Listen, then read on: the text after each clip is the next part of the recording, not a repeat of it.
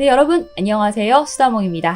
오늘은 잔인무도한 악녀라는 평가와 당나라 최대의 번영인 개원해치의 토대를 만든 뛰어난 여황제였다라는 평가가 공존하는 그녀, 측천무, 무측천에 대한 이야기 해보도록 하겠습니다. 측천무는 영화, 드라마의 단골 소재가 되는 여인인데요. 중국 유일의 여황제인 만큼 파란만장하고 드라마틱한 삶을 살았기에 많은 영화와 드라마에 등장을 하고 있지요. 사실 중국 유일의 여황제에 오른 그녀를 측천무후라고 칭하는 게 맞나? 라는 고민이 되긴 합니다. 무주의 황제라는 의미의 무측천으로 불러야 더 맞지 않나 싶은데 여러분들 생각은 어떠신가요? 이 측천무의 생애를 따라가 보면서 그녀의 호칭에 대해서도 생각해 보도록 하겠습니다. 측천무는 624년 당의 수도인 장안에서 수나라 태원유수 이연의 수하인 이 행군사계 무사학의 딸로 태어났습니다. 이름은 무조. 사실 황제가 된 이후에도 이름을 무조라고 칭하는데 발음이 같은 조자를 써요.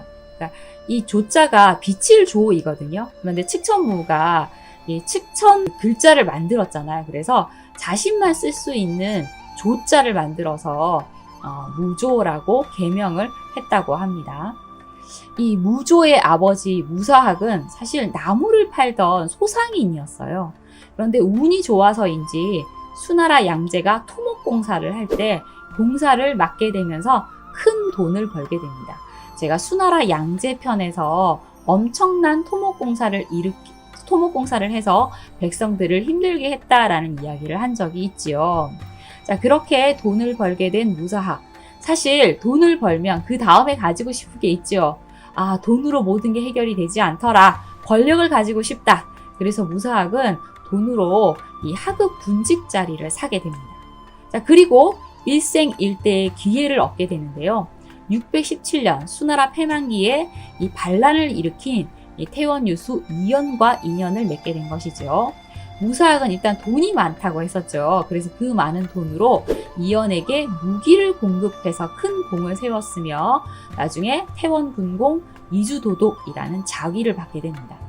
사실 수양제의 사치와 무리한 토목공사 때문에 수많은 백성들이 비참하게 죽어갔던 것을 생각하면 거기 일조하면서 토목공사로 돈을 번 무사학이 다시 이연을 지지하면서 기회를 잡았으니까 굉장히 상황 파악이 빠르고 대세를 읽는 능력이 탁월한 사람이었음을 알 수가 있습니다.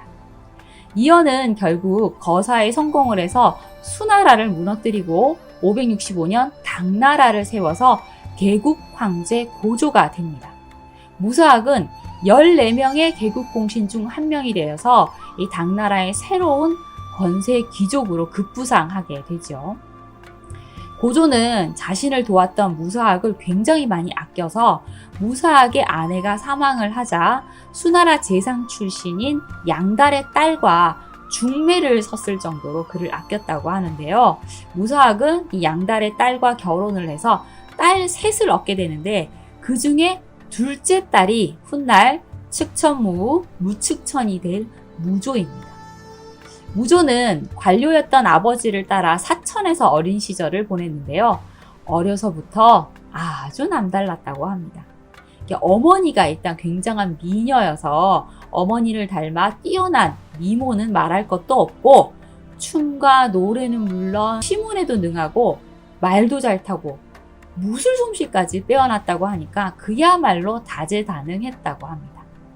이 전해오는 이야기에 따르면 원천강이라는 도사가 우연히 이 남자 옷을 입고 놀고 있는 무조를 보고 오호, 용의 눈과 봉황의 머리를 가졌으니 귀하기 이를 데 없구나. 아, 옆모습을 보니 여자이긴 한데 천자가 될 상이로다 라는 말을 했다고 합니다. 아니, 천자라면 황제가 될 상이라는 건데 여자아이에게 이런 엄청난 예언을 한 것이죠. 무사학은 물론 뭐 황제가 될 것이다, 천재가 될 것이다 이런 걸 믿은 건 아니지만 큰 제목이 될 것이다 라는 것을 직감하고 어려서부터 글도 가르치고 책도 읽혀서 식견을 넓혀주고요. 말도 타게 하고 궁술, 가무 등을 익히게 했는데 가르치는 족족 모든 것을 다 잘하는 데다가 그 자태가 너무너무 눈부셔서 그녀에 대한 소문이 널리 퍼져나갔다고 합니다. 그런데 안타깝게도 무조가 12살 되던 해에 아버지 무사하기 사망을 하면서 그녀의 삶도 힘들어지게 됩니다. 아버지와 아버지 전처 사이에서 난 아들 무원상이 있었는데 아버지의 후처가 된 그러니까 이 무조의 어머니 양씨를 핍박하고 재산도 주지 않았던 거죠. 자, 그렇게 아버지의 죽음 이후 이복 오빠들이 핍박을 하고 또 아무리 이 공신으로 높은 자리에 올랐었다 하더라도 그 원래 신분은 장사꾼이었다며 이 무씨 가문을 무시하는 주변 시선들까지 알게 되면서 무조는 이렇게 무시당하고 살 순 없다. 누구도 무시 못할 최고 권력을 가져야겠다라는 결심을 합니다. 자, 그리고 무조와 어머니는 당의 수도 장안으로 상경을 하게 되는데요. 어찌나 아름다웠던지 그 장안에 이 무조의 미모에 대한 소문이 파다하게 퍼져나갔습니다. 당시 황제는 당태종 이세민이었는데요. 그는 이 정관의치를 펼쳐 그야말로 그 태평성대를 구가하고 있었죠. 자, 그런데 636년 이 당태종이 정말 아끼고 사랑했던 이 황후, 장손 황후가 사망을 하면서 시리에 빠지게 됩니다. 매일 황후의 무덤을 바라보며 슬퍼하고 황후를 그리워했고 그 때문에 살짝 정사에 손을 놓으면서 또 허전함을 달래고자 후궁들을 많이 뽑아 즐거운 시간을 가지게 됩니다. 그러면서 정사를 좀 제대로 돌보지 못하는 시기가 되었죠. 그러다가 이 무조라는 소녀가 너무나 아름답다라는 소문이 황궁에 퍼지게 되면서 황궁에서 그녀를 후궁으로 드리려고 하게 됐죠. 무조를 제인으로 봉하니 즉시 입궁하라 라는 명이 떨어집니다. 무조의 어머니는 안 된다 하면서 딸을 잡고 대성통곡을 했는데요. 후궁으로 들어가게 되는 것이 안타까워서가 아니라 제인이라는 품계 때문에 안타까워했다고 합니다. 이 황제의 여인들은 정말 많잖아요. 후궁도 많고 궁녀들도 넘쳐나잖아요. 그렇죠? 그런데 그 중에서 제1의 여인은 아마 황후, 제1의 여인은 황후일 거고요. 그리고 그 아래로 뭐 비, 빈, 처벼, 미인 등의 품계가 있는데 이 제인이라는 품계는 정오품의 아주 낮은 품계입니다. 그런데 이렇게 낮은 품계로 궁에 들어가면 황제의 얼굴도 제대로 못 보고 구중궁궐에서 외롭게 평생을 보낼 수도 있는 거잖아요. 그러다 보니 자신의 딸이 그런 신세가 될까 슬퍼서 어머니가 대성통곡을 한 것이죠. 하지만 당시 14살이었던 무조의 생각은 달랐습니다. 나 정도의 미모라면 황제의 눈에 띄지 않을 리가 없어. 궁에 들어가서 어떻게든 황제를 사로잡고 더 높은 곳으로 올라가고 말리라. 최고의 권력을 손에 쥐리라. 결심을 합니다. 자, 그렇게 제인으로 봉해져서 무조는 황궁에 입궁하게 되는데요. 그녀의 말처럼 이제 아름다운 외모에다가 재능이 또 넘쳐나잖아요. 처세가 뛰어나고 화술에도 뛰어난 무조를 이 당태종이 귀하게 여기게 됩니다. 그리고 그녀에게 미랑이라는 이름을 하사하게 되죠. 미랑, 아름다운 여자아이, 뭐 이 정도의 뜻이라고 할까요? 그래서 이 판빅민이 등장하는 드라마 제목이 무미랑 전기가 되겠네요. 네. 자, 이렇게 당태종은 무조의 미모와 재능을 아낀 것인데 그렇다고 해서 여인으로 총애를 했다라는 건 아닌 것 같아요. 일단 두 사람은 나이 차이가 좀 너무 많이 났고 또 무조가 사근사근하고 뭐 애교가 많고 여성하고 이런 스타일은 아니었으니까 미모를 아낀 것이지 여인으로 가까이 했다는 아닌 것 같습니다. 하지만 이 무조가 워낙 학식과 안목이 뛰어나다는 것을 알고 이 황궁의 서가를 관리하게 합니다. 그 때문에 무조는 이 황실 공문서를 읽고 섭렵하면서 정치 감각과 또 식견을 넓힐 수 있었죠. 매력적인 외모에 좋은 머리, 정치 감각까지 갖추게 되었으니 나는 여기에 머물 사람이 아니야. 더 높은 곳에 올라가야 돼. 하면서 그녀의 야망은 점점 더 커져 갔는데요. 그런데도 장태종은 그녀를 아꼈음에도 이 무조의 품계를 올려주지 않고 사망을 합니다. 이 장태종 옆에 12년이나 있었는데요. 이 장태종은 사실 몇 가지 이유로 무조를 경계하고 있었어요. 그 경계를 하게 된 사건 중에는 말 길들이기 사건이 있었는데, 서역에서 장태종에게 사자두라고 불리는 명말을 진상품으로 올렸는데, 이 말이 너무 사나워서 아무도 길들이지 못했고 고삐조차 잡지 못하고 있었어요. 그때 태종이 주변을 보면서 이 말을 길들일 수 있는 방법은 없겠느냐라고 물었는데, 그때 무조가 제게 3가지 물건을 주시면 말을 길들일 수 있습니다 라는 말을 하는 겁니다. 그래? 뭐 3가지는 뭐고 어떻게 길들일 거냐 라고 물으니까, 채찍, 새망치, 검을 주십시오. 그럼 먼저 채찍으로 가죽이 벗겨질 때까지 내리치고, 그래도 날뛰면 새망치로 머리를 때리고, 그래도 고삐를 주지 않으면 검으로 목을 치면 됩니다 라는 말을 합니다. 그러니까 말 들을 때까지 때리고 그래도 안 되면 죽여야 한다라는 말을 한 것인데, 이 말을 듣고 그녀에 대한 경계심을 품었던 것이죠. 그리고 또 그녀를 경계했던 두 번째 이유는 한간에 전해오는 전설 때문이었는데요. 당 3세 이후로는 여인 무왕이 천하를 지배하게 된다라는 전설이 한간에 떠돌고 있었던 겁니다. 그리고 이 전설을 이 태사령 이순풍이 해석을 했는데, 천하를 손에 쥘 여인은 이미 궁 안에 있고 30년 뒤에는 이씨 자손을 다 죽이고 천하를 가지게 될 것이라는 예언을 한 겁니다. 장태종은 여기서 말하는 이 천하를 쥘 여인이 바로 이 무조가 아닌가 라는 생각으로 불길한 예감을 가지게 돼서 사실 이 무조를 죽일까라는 생각을 했어요.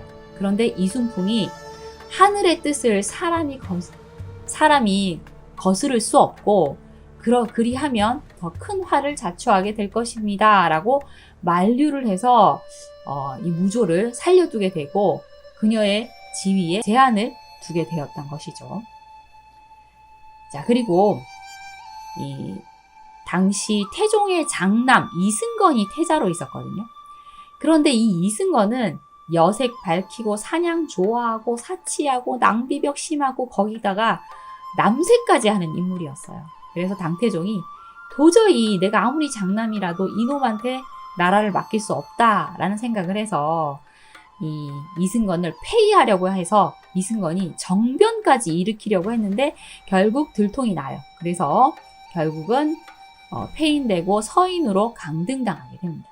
자, 그리고 9째 황자인 진왕 이치가 태자가 되는데요. 그렇게 이제 황궁에서 지내게 된 이치는 어느 날 한 여인을 보고 한눈에 반해버리게 되는데, 무조를 보고 한눈에 반해버린 거예요. 그녀를 보고 잠 못 드는 밤이 많아졌는데 혼자서 소가리를 할 수밖에 없었던 것이, 그녀는 아버지의 여인이니 자신이 어떻게 할 수 없잖아요. 그러니까 소가리를 할 수밖에 없었겠죠. 그런데 무조 역시 태자가 자신을 뭔가 이렇게 좀 좋아하는 눈치가 있다라는 걸 눈치챘어요. 그리고 당태종은 더 이상 자신을 높은 자리에 올려줄 생각이 없는데 자신의 앞길을 열어줄 이가 태자일 수도 있겠다라는 생각을 해서 정숙한 척하면서 또 한편으로는 요염한 모습도 보이면서 이 이치와 은밀히 밀당을 하는 모습을 보이고 있었습니다. 자, 그러다가 649년 태종 이세민은 고구려 원정에 실패를 하고 그때 입은 부상의 후유증을 끝내 이기지 못하고 51세의 나이로 사망을 하면서 태자 이치가 황제가 되는데, 그가 바로 당고종입니다. 황제가 죽고 나면 황제의 소생을 낳지 못했던 후궁들은 다 절에 들어가서 비구니가 돼서 평생 수절을 해야 하거든요.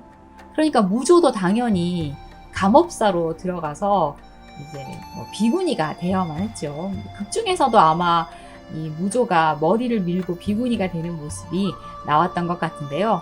그렇게 무조는 절에 들어가서 2년을 지내게 됩니다.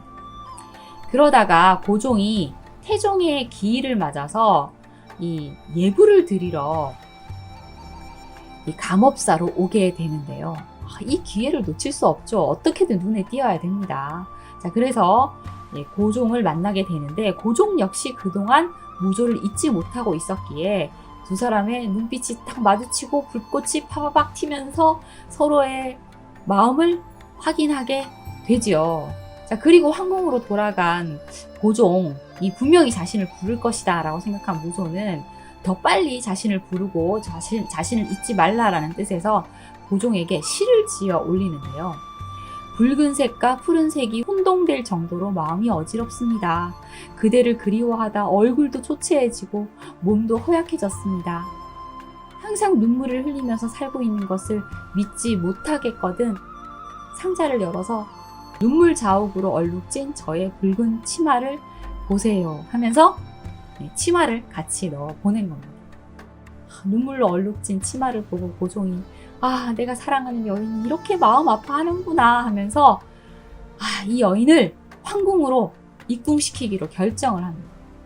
그런데 무조는 선왕의 여자였잖아요. 그러니까 당연히 신하들의 엄청난 반대에 부딪히게 되죠. 자, 그럼에도 무조는 입궁을 할 수 있게 되는데 그녀의 입궁을 도와준 것이 고종의 정비인 왕황후였습니다.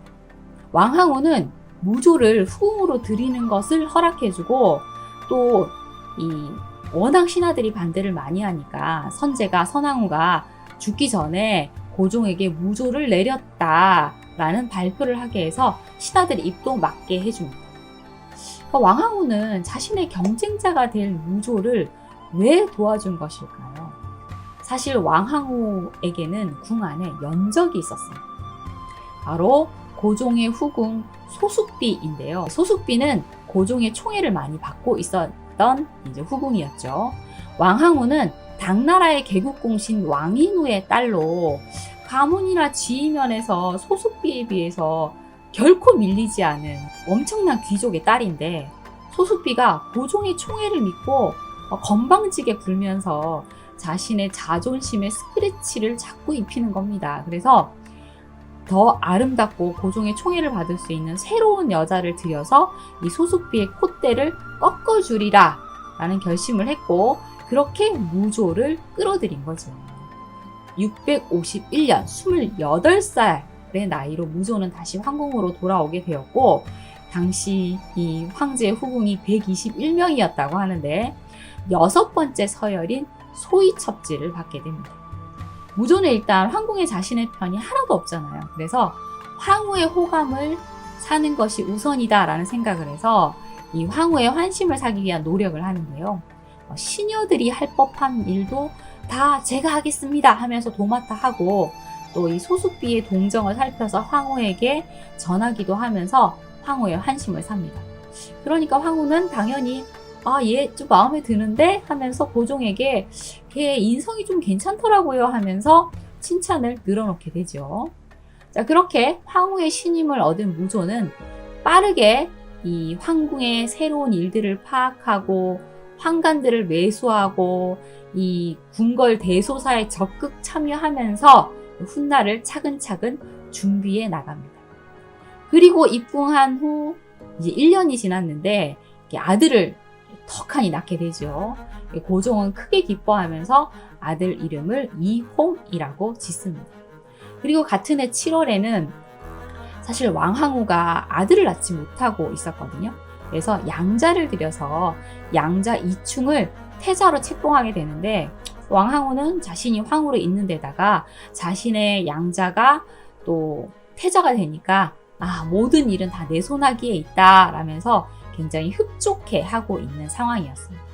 그런데 그 사이 무조는 황후와 소숙비에게 반감을 가진 이들을 모아서 조금씩 세력을 키워나가고 있었죠. 그리고 또 고종의 총애를 잃으면 안 되니까 고종의 비위를 열심히 맞추면서 가장 총애하고 신임받는 후비가 되어 있었습니다.